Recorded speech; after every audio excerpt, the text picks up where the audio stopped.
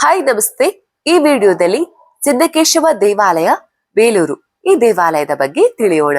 ಬೇಲೂರಿನ ಕೇಶವ ಅಥವಾ ವಿಜಯನಾರಾಯಣ ದೇವಾಲಯ ಎಂದು ಕರೆಯಲ್ಪಡುವ ಚೆನ್ನಕೇಶವ ದೇವಾಲಯವು ಭಾರತದ ಕರ್ನಾಟಕ ರಾಜ್ಯದ ಹಾಸನ ಜಿಲ್ಲೆಯಲ್ಲಿರುವ 12ನೇ ಶತಮಾನದ ಹಿಂದೂ ದೇವಾಲಯವಾಗಿದೆ. ಹೊಯ್ಸಳ ಸಾಮ್ರಾಜ್ಯದ ಆರಂಭಿಕ ರಾಜಧಾನಿಯಾದ ಬೇಲೂರಿನ ಯಾಗಚಿ ನದಿ ದಡದಲ್ಲಿ ಕ್ರಿಸ್ತಶಕ 1117ರಲ್ಲಿ ರಾಜ ವಿಷ್ಣುವರ್ಧನನು ಈ ದೇವಾಲಯವನ್ನ ನಿಯೋಜಿಸಿದರು. ಈ ದೇವಾಲಯವನ್ನ 3 ತಲೆಮಾರುಗಳಲ್ಲಿ ನಿರ್ಮಿಸಲಾಯಿತು ಮತ್ತು ಪೂರ್ಣಗೊಳಿಸಲು 103 ವರ್ಷಗಳು ಬೇಕಾಯಿತು. ಯುದ್ಧಗಳ ಸಮಯದಲ್ಲಿ ಇದನ್ನ ಪದೇ ಪದೇ ಹಾನಿಗೊಳಿಸಲಾಯಿತು ಮತ್ತು ಲೂಟಿ ಮಾಡಲಾಯಿತು. ಆದ್ರೂ ಕೂಡ ಈ ದೇವಾಲಯವನ್ನ ಪದೇ ಪದೇ ಪುನರ್ ನಿರ್ಮಿಸಲಾಯಿತು ಮತ್ತು ದುರಸ್ತಿ ಮಾಡಲಾಯಿತು. ಇದು ಹಾಸನ ನಗರದಿಂದ 35 ಕಿಲೋಮೀಟರ್ ಮತ್ತು ಬೆಂಗಳೂರಿನಿಂದ ಸುಮಾರು 220 ಕಿಲೋಮೀಟರ್ ದೂರದಲ್ಲಿದೆ. ಚೆನ್ನಕೇಶವ ಅಂದ್ರೆ ಸುಂದರ ಕೇಶವ ಅಂತ ಅರ್ಥ. ಇದು ಹಿಂದೂ ದೇವರು ವಿಷ್ಣುವಿನ ಒಂದು ರೂಪ. ಈ ದೇವಾಲಯವು ವಿಷ್ಣುವಿಗೆ ಸಮರ್ಪಿತವಾಗಿದೆ ಮತ್ತು ಅದರ ಆರಂಭದಿಂದಲೂ ಸಕ್ರಿಯವಾಗಿ ಇದು ಹಿಂದೂ ದೇವಾಲಯವಾಗಿದೆ. ಇದನ್ನ ಮಧ್ಯಕಾಲೀನ ಹಿಂದೂ ಗ್ರಂಥಗಳಲ್ಲಿ ಭಕ್ತಿಪೂರ್ವಕವಾಗಿ ವಿವರಿಸಲಾಗಿದೆ ಮತ್ತು ವೈಷ್ಣವ ಧರ್ಮದಲ್ಲಿ ಪ್ರಮುಖ ಯಾತ್ರಾ ಸ್ಥಳವಾಗಿ ಉಳಿದಿದೆ. ಈ ದೇವಾಲಯವು ಅದರ ಶಿಲ್ಪಗಳು, ಉಬ್ಬು ಶಿಲ್ಪಗಳು, ಅಲಂಕಾರಗಳು ಹಾಗೂ ಅದರ ಪ್ರತಿಮಾ ಶಾಸನಗಳು ಮತ್ತು ಇತಿಹಾಸಕ್ಕೆ ಗಮನಾರ್ಹವಾಗಿದೆ. ದೇವಾಲಯದ ಕಲಾಕೃತಿಯು 12ನೇ ಶತಮಾನದ ಜೀವನದ ದೃಶ್ಯಗಳು, ನರ್ತಕರು ಮತ್ತು ಸಂಗೀತಗಾರರನ್ನ ಹಾಗೂ ರಾಮಾಯಣ, ಮಹಾಭಾರತ ಮತ್ತು ಪುರಾಣಗಳಂತಹ ಹಿಂದೂ ಗ್ರಂಥಗಳ ಚಿತ್ರಾತ್ಮಕ ನಿರೂಪಣೆಯನ್ನ ಹಲವಾರು ಅಲಂಕಾರಗಳ ಮೂಲಕ ಚಿತ್ರಿಸುತ್ತೆ. ಇದು ವೈಷ್ಣವ ದೇವಾಲಯವಾಗಿದ್ದು ಶೈವ ಮತ್ತು ಶಕ್ತಿ ಧರ್ಮದ ಅನೇಕ ವಿಷಯಗಳನ್ನ ಹಾಗೂ ಜೈನ ಧರ್ಮದ ಜೈನ ಮತ್ತು ಬೌದ್ಧ ಧರ್ಮದ ಬುದ್ಧನ ಚಿತ್ರಗಳನ್ನ ಭಕ್ತಿಪೂರ್ವಕವಾಗಿ ಒಳಗೊಂಡಿದೆ. ಚೆನ್ನಕೇಶವ ದೇವಾಲಯವು 12ನೇ ಶತಮಾನದ ದಕ್ಷಿಣ ಭಾರತ ಮತ್ತು ಹೊಯ್ಸಳ ಸಾಮ್ರಾಜ್ಯದಲ್ಲಿ ಆಳ್ವಿಕೆಯಲ್ಲಿನ ಕಲಾತ್ಮಕ, ಸಾಂಸ್ಕೃತಿಕ ಮತ್ತು ದೇವತಾ ಶಾಸ್ತ್ರದ ದೃಷ್ಟಿಕೋನಗಳಿಗೆ ಸಾಕ್ಷಿಯಾಗಿದೆ. ಹಾಗಾದ್ರೆ ಬನ್ನಿ ಬೇಲೂರಿನ ಚೆನ್ನಕೇಶವ ದೇವಾಲಯದ ಇತಿಹಾಸ ಮತ್ತು ದೇವಾಲಯದ ಬಗೆಗೆ ತಿಳಿಯೋಣ. ಚೆನ್ನಕೇಶವ ದೇವಾಲಯದ ಇತಿಹಾಸಕ್ಕೆ ಸಂಬಂಧಪಟ್ಟ ಹಾಗೆ ದಕ್ಷಿಣ ಭಾರತದ ಇತಿಹಾಸದಲ್ಲಿ ಹೊಯ್ಸಳರ ಅವಧಿಯು ಸುಮಾರು ಕ್ರಿಸ್ತಶಕ 1000ರಲ್ಲಿ ಪ್ರಾರಂಭವಾಗಿ ಕ್ರಿಸ್ತಶಕ 1346ರವರೆಗೆ ಮುಂದುವರಿಯಿತು. ಈ ಅವಧಿಯಲ್ಲಿ ಹೊಯ್ಸಳರು 958 ಕೇಂದ್ರಗಳಲ್ಲಿ ಸುಮಾರು 1500 ದೇವಾಲಯಗಳನ್ನ ನಿರ್ಮಿಸಿದರು. ಹಳೆಯ ಶಾಸನಗಳು ಮತ್ತು ಮಧ್ಯಕಾಲೀನ ಯುಗದಲ್ಲಿ ಪಠ್ಯಗಳಲ್ಲಿ ಬೇಲೂರನ್ನ ಬೇಲುಹುರು, ಬೇಲೂರು ಅಥವಾ ಬೇಲಪುರ ಎಂದು ಕರೆಯಲಾಗುತ್ತೆ. ಇದು ಹೊಯ್ಸಳರ ರಾಜರ ಆರಂಭಿಕ ರಾಜಧಾನಿಯಾಗಿತ್ತು. ಹೊಯ್ಸಳರು ಈ ನಗರವನ್ನ ಎಷ್ಟು ಗೌರವಿಸುತ್ತಿದ್ರು ಅಂದ್ರೆ ಅದನ್ನ ಹೈಕ ವೈಕುಂಠ ಅಂದ್ರೆ ವಿಷ್ಣುವಿನ ವಾಸಸ್ಥಾನ ಎಂದು ಕರೆಯಲಾಗುತ್ತಿತ್ತು. ಹೊಯ್ಸಳರ ರಾಜರಲ್ಲಿ ಒಬ್ಬನಾದ ವಿಷ್ಣುವರ್ಧನನು ಕ್ರಿಸ್ತಶಕ 1110ರಲ್ಲಿ ಅಧಿಕಾರಕ್ಕೆ ಬಂದನು. ಅವನು 1117ರಲ್ಲಿ ವಿಷ್ಣುವಿಗೆ ಸಮರ್ಪಿತವಾದ ಚೆನ್ನಕೇಶವ ದೇವಾಲಯವನ್ನ ಸ್ಥಾಪಿಸಿದನು. ಇದು ಅವನ ಪರಂಪರೆಯ 5 ಅಡಿಪಾಯಗಳಲ್ಲಿ ಒಂದೆಂದು ಪರಿಗಣಿಸಲಾದ ದೇವಾಲಯವಾಗಿದೆ. ಈ ದೇವಾಲಯದ ನಿರ್ಮಾಣದ ಕಾರಣದ ಬಗ್ಗೆ ಇತಿಹಾಸಕಾರರಲ್ಲಿ ವಿವಿಧ ಅಭಿಪ್ರಾಯಗಳು ಇವೆ. ವಿಷ್ಣುವರ್ಧನನ ಮಿಲಿಟರಿ ವಿಜಯದ ಸ್ಮರಣಾರ್ಥಕವಾಗಿ ಇದನ್ನ ನಿರ್ಮಿಸಲಾಗಿದೆ ಎಂಬುದು ಅತ್ಯಂತ ವ್ಯಾಪಕವಾಗಿ ಅಂಗೀಕರಿಸಲ್ಪಟ್ಟ ಸಿದ್ಧಾಂತವಾಗಿದೆ. ಆದ್ರೆ ಕೆಲವರು ಈ ದೇವಾಲಯವನ್ನ ಹೊಯ್ಸಳರು ತಮ್ಮ ಮೇಲೆ ಪ್ರಾಬಲ್ಯ ಹೊಂದಿದ್ದ ಚಾಲುಕ್ಯರನ್ನ ಸೋಲಿಸಿದ ನಂತರ ಅವರ ಶ್ರೇಷ್ಠ ವಾಸ್ತುಶಿಲ್ಪ ಕೌಶಲ್ಯಗಳನ್ನ ಪ್ರದರ್ಶಿಸಲು ನಿರ್ಮಿಸಲಾಗಿದೆ ಅಂತ ನಂಬುತ್ತಾರೆ.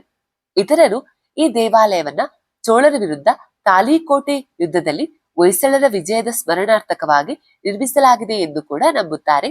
ಇನ್ನು ವಿಷ್ಣುವರ್ಧನ ಜೈನ ಧರ್ಮದಿಂದ ವೈಷ್ಣವ ಧರ್ಮಕ್ಕೆ ಮತಾಂತರಗೊಂಡ ಸ್ಮರಣಾರ್ಥಕವಾಗಿ ಈ ವೈಷ್ಣವ ದೇವಾಲಯವನ್ನ ನಿರ್ಮಿಸಲಾಗಿದೆ ಎಂದು ನಂಬುವವರು ಕೂಡ ಇದ್ದಾರೆ. ವಿಷ್ಣುವರ್ಧನನು ಜೈನ ಧರ್ಮದಿಂದ ಹಿಂದೂ ಧರ್ಮಕ್ಕೆ ಮತಾಂತರಗೊಂಡಾಗಿನಿಂದ ಜೈನ ದೇವಾಲಯಗಳಲ್ಲಿ ಕಂಡುಬರುವ ಕಂಬಗಳನ್ನ ಇಲ್ಲಿಯೂ ಕಾಣಬಹುದು. ಈ ದೇವಾಲಯವು 64 ಮೂಲೆಗಳು, 4 ಪ್ರವೇಶ ದ್ವಾರಗಳು ಮತ್ತು 48 ಕಂಬಗಳನ್ನ ಹೊಂದಿರುವ ಸುಂದರವಾದ ಶಿಲ್ಪಗಳಿಂದ ತುಂಬಿದೆ. ಮೇಲಿನಿಂದ ನೋಡಿದಾಗ ಈ ದೇವಾಲಯವು ನಕ್ಷತ್ರದಂತೆ ಕಾಣುತ್ತೆ. ಯುದ್ಧದಲ್ಲಿ ಸತ್ತರೆ ತಾನು ಮದುವೆಯಾದ ಮಹಿಳೆ ವಿಧವೆಯಾಗುತ್ತಾಳೆ ಎಂಬ ಭಯದಿಂದ ಮದುವೆಯಾಗಲು ನಿರಾಕರಿಸಿದ್ದ ವಿಷ್ಣುವರ್ಧನ್.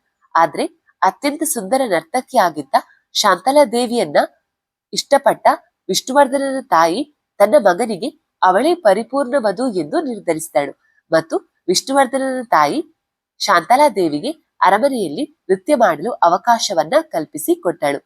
ಅವಳ ನೃತ್ಯದಿಂದ ಆಕರ್ಷಿತನಾದ ವಿಷ್ಣುವರ್ಧನ್ ಅವಳನ್ನ ಮದುವೆಯಾದನು ಎಂದು ಹೇಳಲಾಗುತ್ತೆ ಮತ್ತು ಚೆನ್ನಕೇಶವ ದೇವಾಲಯದ ಬಳಿ ಶಾಂತಲಾದೇವಿ ಕಪ್ಪೆ ಚೆನ್ನಿಗರಾಯ ದೇವಾಲಯ, ಸೌಮ್ಯನಾಯಕಿ, ರಂಗನಾಯಕಿ, ಶ್ರೀದೇವಿ ಮತ್ತು ಭೂದೇವಿ ದೇವಾಲಯಗಳನ್ನ ನಿರ್ಮಿಸಿದನು. ದೇವಾಲಯದ ಸಂಕೀರ್ಣದ ಬಗೆಗೆ ದೇವಾಲಯದ ಸಂಕೀರ್ಣದ ಮುಖ್ಯ ದ್ವಾರದಲ್ಲಿ ವಿಜಯನಗರ ಕಾಲದಲ್ಲಿ ನಿರ್ಮಿಸಲಾದ ರಾಜಗೋಪುರವಿದೆ. ಸಂಕೀರ್ಣದ ಮಧ್ಯಭಾಗದಲ್ಲಿ ಪೂರ್ವಕ್ಕೆ ಎದುರಾಗಿರುವ ಚೆನ್ನಕೇಶವ ದೇವಾಲಯವಿದೆ.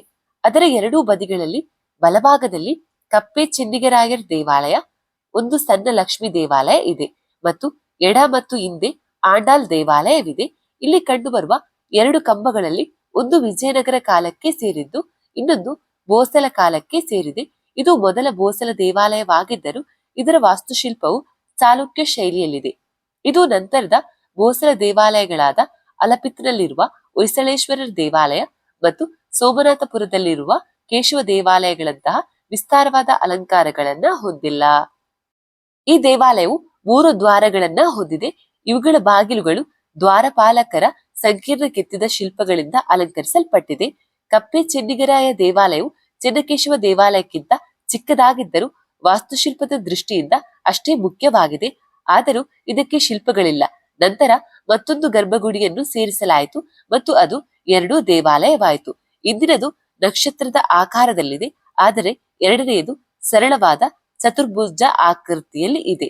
ಎರಡನೆಯ ದೇವಾಲಯವು ಕೇಶವನ ಅದೇ ವಿಗ್ರಹವನ್ನ ಹೊಂದಿದೆ. ಇದನ್ನು ವಿಷ್ಣುವರ್ಧನನ ರಾಣಿ ಶಾಂತಲಾದೇವಿ ನಿರ್ಮಿಸಿದಳು. ರಾಣಿ ಶಾಂತಲಾದೇವಿ ನಿರ್ಮಿಸಿದ ಈ ಚೆನ್ನಿಗರಾಯ ದೇವಾಲಯವನ್ನ ಕಪ್ಪೆ ಚೆನ್ನಿಗರಾಯ ದೇವಾಲಯ ಅಂತ ಕರೆಯುತ್ತಾರೆ. ಹೀಗೆ ಕರೆಯಲು ಕೂಡ ಒಂದು ಕಥೆ ಇದೆ. ಸ್ಥಳೀಯ ದಂತಕಥೆಯ ಪ್ರಕಾರ ಕಪ್ಪೆ ಒಮ್ಮೆ ಚೆನ್ನಿಗರಾಯನ ಒಕ್ಕುಳ ಬಳಿ ಕಂಡು ಬಂದಿದೆ. ಹಾಗಾಗಿ ಇದನ್ನ ಕಪ್ಪೆ ಚೆನ್ನಿಗರಾಯ ಅಂತ ಕರೆಯಲಾಗುತ್ತೆ. ಈ ಚಿಕ್ಕ ದೇವಾಲಯವನ್ನ ರಾಣಿಯು ಮುಖ್ಯ ದೇವಾಲಯದೊಂದಿಗೆ ಏಕಕಾಲದಲ್ಲಿ ನಿರ್ಮಿಸಿದಳು ಮತ್ತು ಅದೇ ರೀತಿಯ ಚಿಕ್ಕ ಆವೃತ್ತಿ ಎಂದು ನಂಬಲಾಗಿದೆ. ದೇವಾಲಯದ ದೇವತೆಯ ಬಗೆಗೆ ಮುಖ್ಯ ದೇವರು ಕೇಶವನಾರಾಯಣನು ಕಲ್ಲಿನ ಪೀಠದ ಎತ್ತರವನ್ನ ಒಳಗೊಂಡಂತೆ 15 ಅಡಿ ಎತ್ತರದಲ್ಲಿ ಇದ್ದಾನೆ. ಚೆನ್ನಕೇಶವನು ಸ್ತ್ರೀ ರೂಪದಲ್ಲಿ ಕಾಣಿಸಿಕೊಳ್ಳುತ್ತಾನೆ. ದೇವಾಲಯದ ದಂತಕಥೆಗೆ ಸಂಬಂಧಪಟ್ಟ ಹಾಗೆ ಭಸ್ಮಾಸುರನನ್ನ ಕೊಂದ ಸ್ಥಳವೇ ಚೆನ್ನಕೇಶವ ದೇವಾಲಯ ಬೇಲೂರು ಇರುವಂತಹ ಸ್ಥಳ ಎಂದು ನಂಬಲಾಗಿದೆ. ಇದಿಷ್ಟು ಚೆನ್ನಕೇಶವ ದೇವಾಲಯದ ಬಗ್ಗೆ ಮಾಹಿತಿ. ಇನ್ನೊಂದು ದೇವಾಲಯದ ವಿಡಿಯೋದೊಂದಿಗೆ ಭೇಟಿಯಾಗೋಣ. ಅಲ್ಲಿವರೆಗೂ ಟೇಕ್ ಕೇರ್, ಬಾಯ್.